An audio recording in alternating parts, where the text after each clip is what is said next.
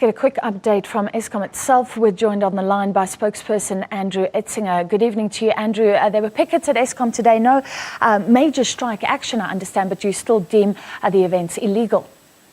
Good evening, Francis. Yes, we're very glad to say that the events were peaceful and by and large, there's no confrontation. So it went well. We did take a memorandum from the representatives of Numsa, and Numsa have asked that we respond to the demands within the memorandum within 48 hours. So over the next day, of course, Eskom's management will consider that as well as as per your introduction, the disciplinary action to be taken, if any, against those employees who embarked on the action today. But certainly, so you can't tell us, Andrew, yet if you are going to take disciplinary action, because what Numsa is saying is that if you do, then it could go on strike. Well, of course, that would be taken into account, but Eskom management during the course of the next few days would, of course, decide on the appropriate action to be taken, if any. But at this stage, we are very pleased that, by and large, the day has gone well. All of the Eskom sites operated normally, which we're very pleased on. We've managed to keep the lights on. So, a decision on how to respond to the demands within Numsa's letter, as well as the disciplinary action to be taken against employees, will be taken in the next few days by Eskom management. Are there enough Numsa members at Eskom to pull the plugs, as it were, to cause serious problems for our grid if they do go on strike?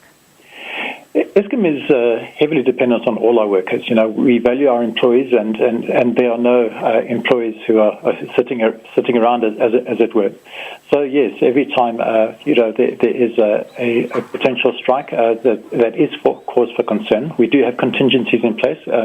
But on a protracted strike basis, of course, those would be under pressure as well. So what we would like is a speedy resolution to the wage negotiations, and then, of course, in the broader sense, the strike action. So it's not our preference, which is why, in particular, we approached the Labour Court yesterday to obtain interdict, and we're trusting that our employees act within the law. We've carefully explained over the last 24 hours to them exactly what the implications could possibly be beyond no work, no pay on their employment with Eskom, if we did find a strike. So from our side, we really are asking Numsa and other unions to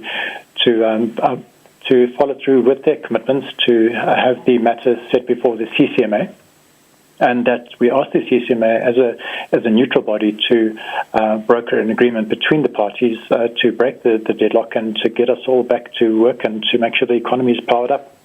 Andrew, quickly, my question was, can they switch the lights off? Last question. Well, here there are three considerations. Obviously, keeping the lights on is one. There's also the need to protect Eskom assets, and then also to protect Eskom employees. Whether a particular group of individuals could switch the lights on, could switch the lights off, as it were. We have different power stations, and of course there would be points of vulnerability, but we have security forces on standby to assist Eskom should the need arise. So yes, there would be a heightened risk from a power supply point of view, but again, we have contingencies in place to deal with the matter should it deteriorate from this point. All right, we appreciate your time. That was Eskom spokesperson Andrew Etzinger.